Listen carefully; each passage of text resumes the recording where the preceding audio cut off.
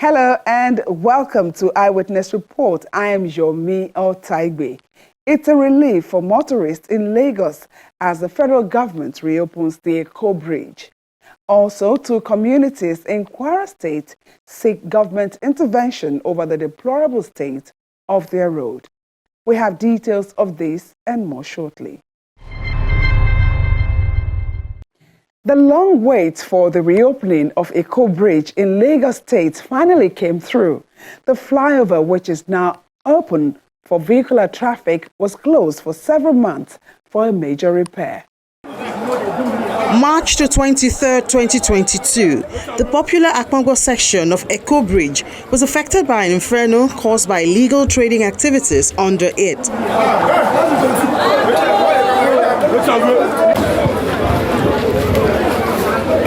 The section of the bridge was badly damaged as a result of the heat, opening the deck.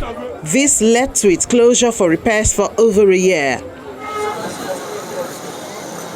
Officials from the Federal Ministry of Works, the Lagos State government and contractors handling the repairs embarked on a final joint site inspection ahead of the reopening.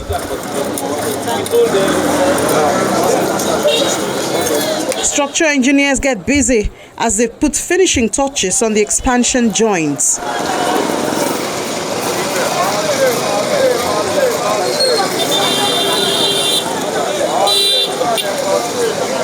We have come here to urge the contractor to reduce 5 days out of the 15th of July.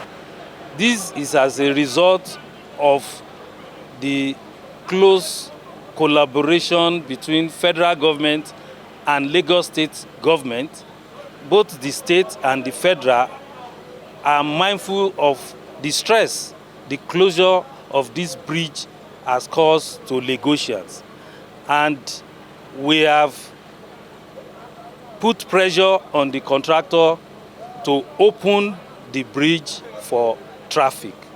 This will reduce the stress presently on other bridges connecting the island and Victoria Island. With the pace of works and what we find on ground, 9th of July is very realistic. Albeit, he has mentioned much earlier that this section would be open, while at different and intermittent times, other sections along the axis which still require repair works will be done, but it's not going to be, there will be proper sensitization and will be carried along. The team also inspects the Jara-Olokpa section of Eko Bridge. After 15 months of rehabilitation, the bridge is open to traffic.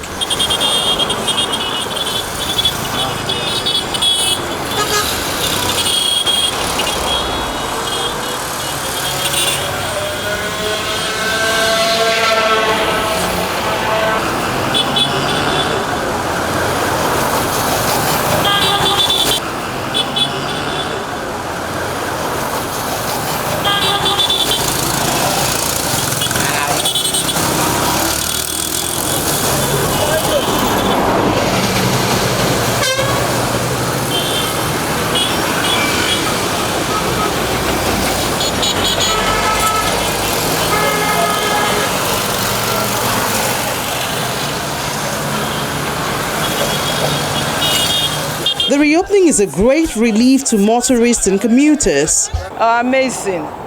The suffering has been much, but we thank God finally that I was surprised this morning. There was no exodus of people going up and coming down. It's terrific. We are so glad. Going to the stadium at Sule, we have to go turn, we have to use Third Mainland Bridge, then coming back. Then we have to follow the other way. But now it's easy. We can just get bus from CMS or Apongbon here. It's direct to Sule. That will make life easier for us because we'll be suffering because of this road construction. You know, you have to walk all the way from down there to here before you can get your motors that will take you wherever you are going. So with this road, it will make life so easy for Lagosians. You know.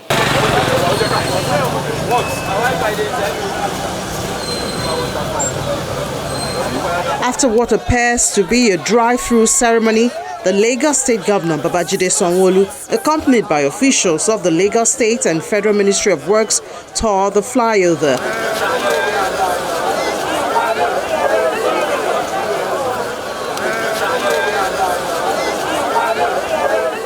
We have seen the effects of a collaborative effort. A lot of you will have wanted this to happen earlier than now, but because of the extent of work that has to be done on the bridge, because of the extent of the destruction that happened on the bridge, we cannot take the risk to have opened it earlier before now. And so, it's with great delight that we have done a comprehensive test with the contractors from Federal Ministry of Works, and we believe that this portion of Apongbon of Eko Bridge will now be fit for motorists. This part has been completed, but the work on the entire bridge has not been completed. There are lots of other bearings that still has to be done on the entire stretch of the bridge, going all the way to Alaka. You know, the contractor will also go ahead and do a lot of, road works underneath Apongbon and all the surrounding roads. You know, so there's still a lot of work that we'll be doing, but we needed to open and get the bridge to be opened so that we can reduce the hardship that the commuters, that travelers, that people have on this part of the city.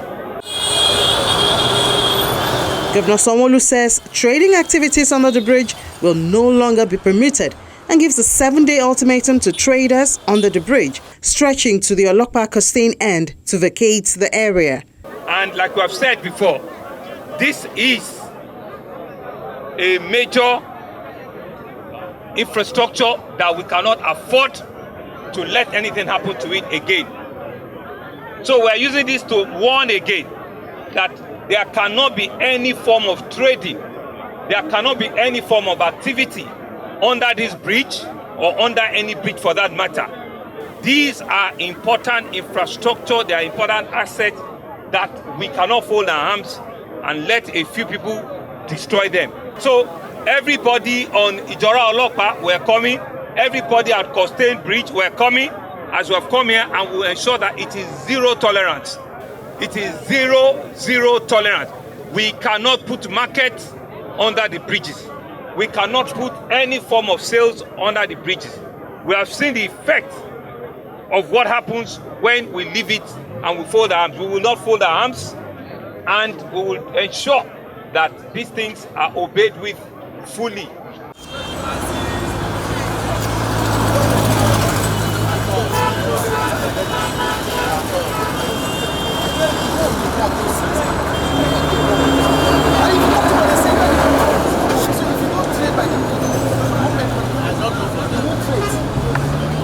Nobody says what you are doing as a trade is illegal. They say where you are doing it is illegal.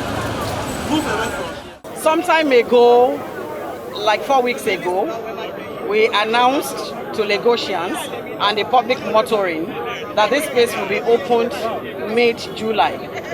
When we said that, we didn't know how it's going to happen, but we just believe that somehow something is going to happen because we are not mindful of what Lagosians and the motorists have been going through. We've been looking for interventions, and then luckily you came to our rescue. If not for your intervention, today wouldn't have come to pass like this. We want to thank you for your quick intervention. Thank you, sir, for your support. Thank you for your collaboration with the Federal Ministry of Works. It is your support and timely collaboration that has brought today to bear. We're so grateful that you are considering what the hardship that motorists are going through, and you decided to bring the state machinery to the assistance of the federal government. That we really appreciate. So, but having said that, Your Excellency, sir, we are here to tell the public that this opening is not the final one. Intermittently, we're still going to be opening, we're still going to be closing for future repairs. It is a comprehensive repairs that was awarded to the contractor, and the contractor is not even midway before the fire inferno started that prompted the contractor to abandon all the other works and then focused on this damaged section.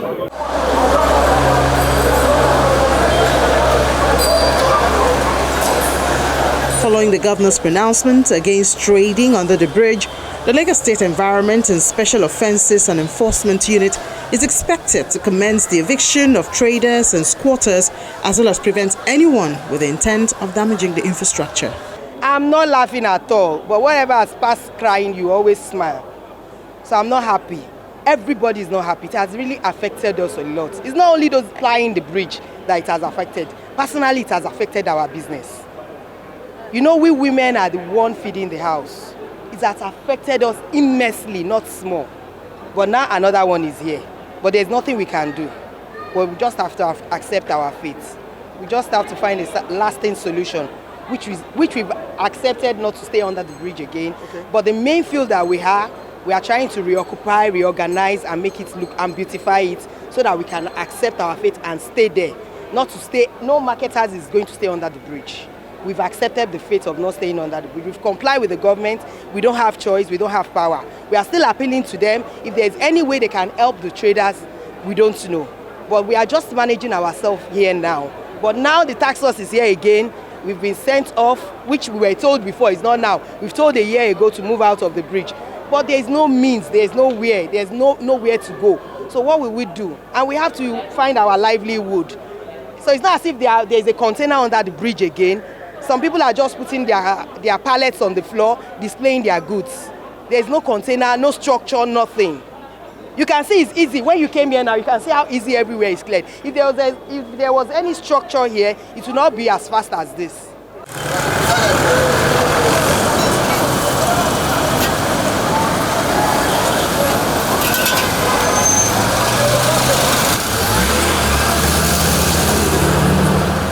Eko Bridge is one of the 3 bridges linking the mainland to the island of Lagos State.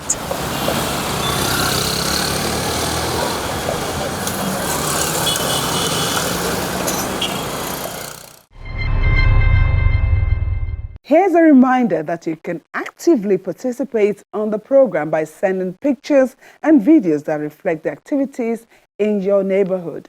These images, which are uploaded to the Eyewitness platform on the Channels TV app, could be used to tell compelling stories that could attract the attention of relevant authorities to the challenges in your area. Channels TV app can be downloaded from the various app stores online. Here are some of the images we got in the past week. We begin this segment of the program with these eyewitness videos of some youths of Ofada town carrying out palliative work on a section of the Mowe Ofada Road in Obafemi Owode local government area of Ogun State. The palliative has become a regular exercise by the community to make it motorable for vehicular movement.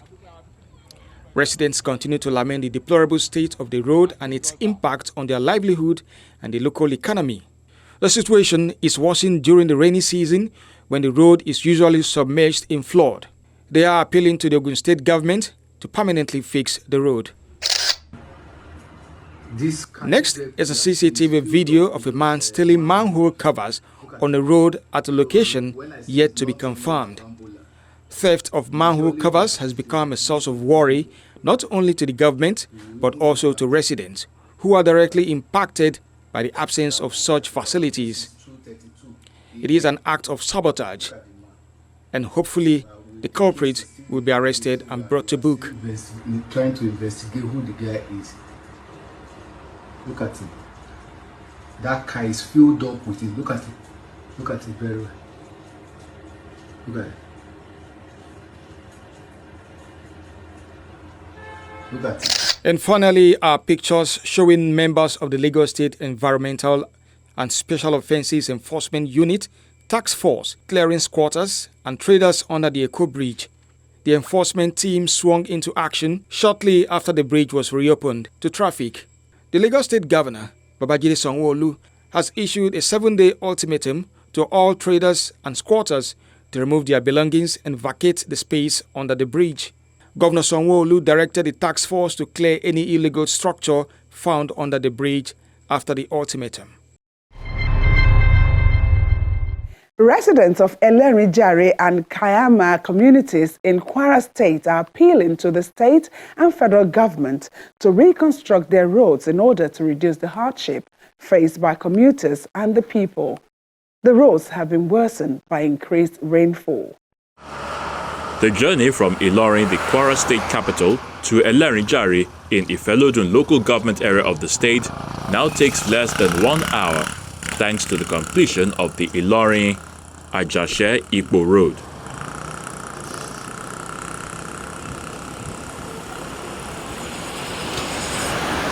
It used to take motorists at least 4 hours to travel. However, the smooth ride ends at Idofia Junction. The rest of the journey on the 4-kilometer road presents difficulties for motorists.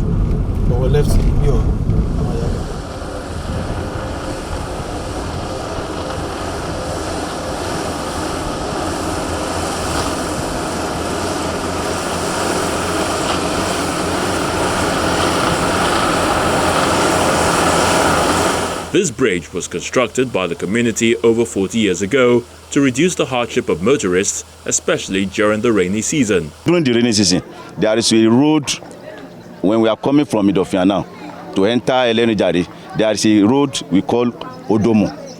The bridge or the little culvert we have here is not too okay for that place. During the rainy season, we always have inflow that even stop the people coming into the community up to 48 hours, so that we stop the movement.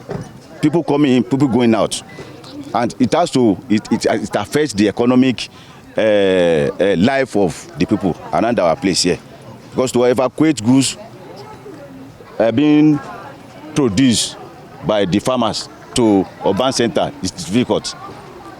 Likewise, people coming in too. So that is one of the major way we want the government to come to our aid, by getting a very good mini bridge at that particular river called Odomo. This community links to different communities like Ojoku and many communities. They are passing through this to the Idofia, Ilorin, to trade their businesses. We have been facing the road problem. I think I was born into it. And the community, and most especially the youth, have been trying their effort, most especially when we are facing challenges of erosion and something like that. We literally hire graders to grade it sometimes. As you can see, those are our marketers, our women. We are finding it difficult to travel in and out, most especially during the rainy season. The bridge is too small to occupy the erosions. So we are facing the challenges, and we have been doing the effort. We implore the government to assist us. We've written memo several times, but we have not been favored by the government. So we hope in the nearest future government will consider us. The communal effort in Kishi-Kaiama had led to the construction of a secondary school several years ago. Presently, it is in a bad shape. In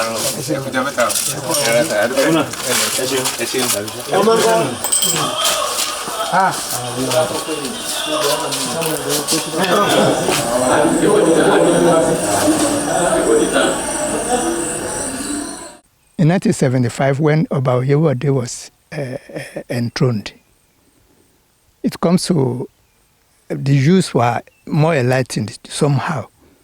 Then we said we want secondary school. So we started this, and the elders agree with us. So we started contributing money. In 1977, we make a fundraising where we get enough money to start the school. We started the school in 1978, and in 1979, some of them were ready, and we opened in 1979. Okay. And the children, the pupils entered in 1979. The situation of the school as at now is sorry set, to the extent that we who try to establish it, who help establish it. We are not happy in entering the school again, for sightseeing. So we need government to please help us. We need all individuals who are interested to please help us. When we established this school and it was in full swing, if we are coming from Lagos or from anywhere, we won't even enter our house before we go into this school. Unlike now, when coming to the school is becoming a Herculean task. So we want government and individuals who are God-given to please help us. Apart from the secondary school, borehole water and electricity are said to have been provided by the people.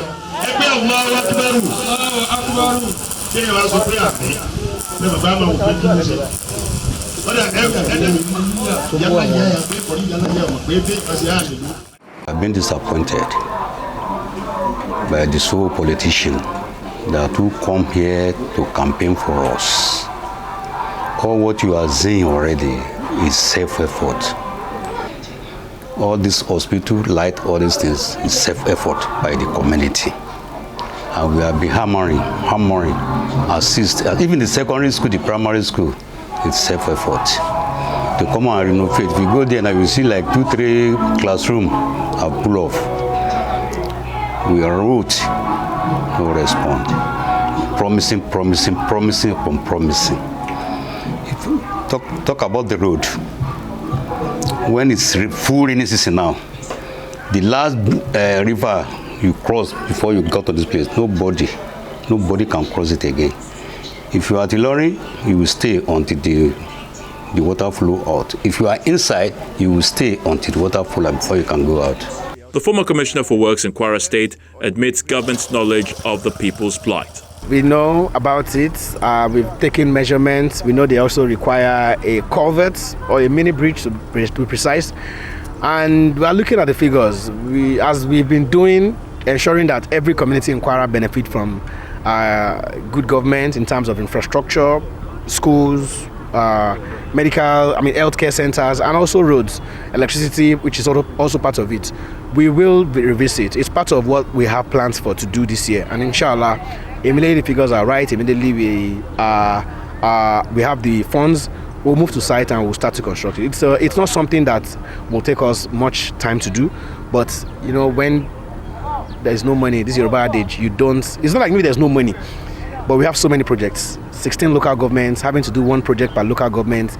Now it's in Ifelodun local government, to be precise. In Ifelodun local government, in fact, Ifelodun is one of the local governments where I know that we've done so much when it comes to infrastructure. When it comes to road construction, adding Elenijare shouldn't be a problem. We will get there.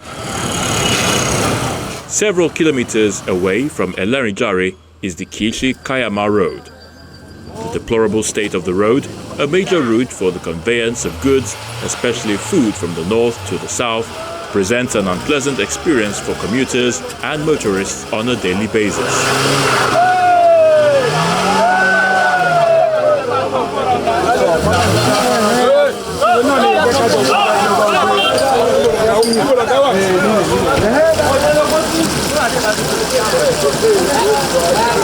The 64-kilometer federal road is almost impassable during the rainy season.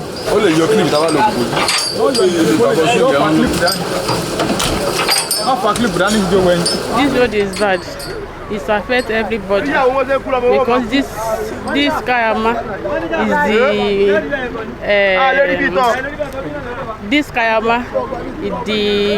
is the big town for people to make money, but the road is bad.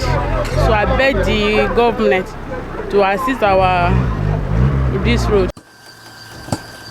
The condition of the road is also affecting the livelihood of the people of Kaiama community located along its path.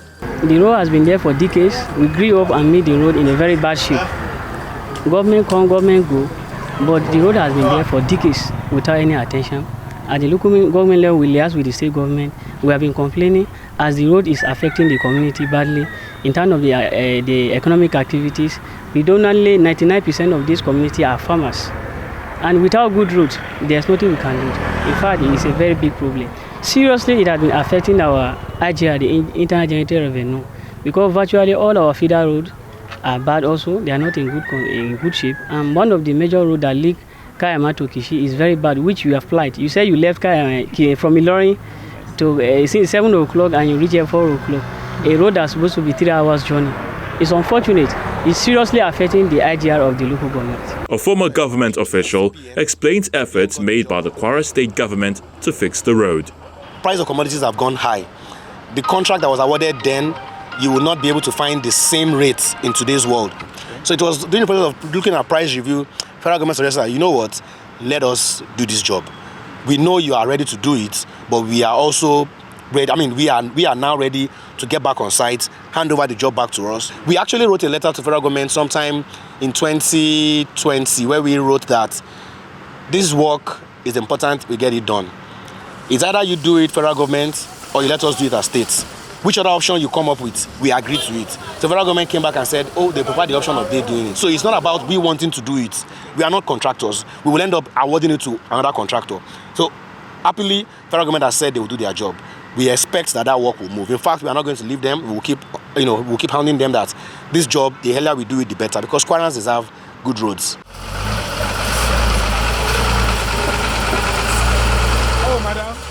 The people of Kwara State and Kaiama community in particular are looking forward to the commencement of the reconstruction of the Kishi-Kaiama road, which they believe will enhance their economic well-being.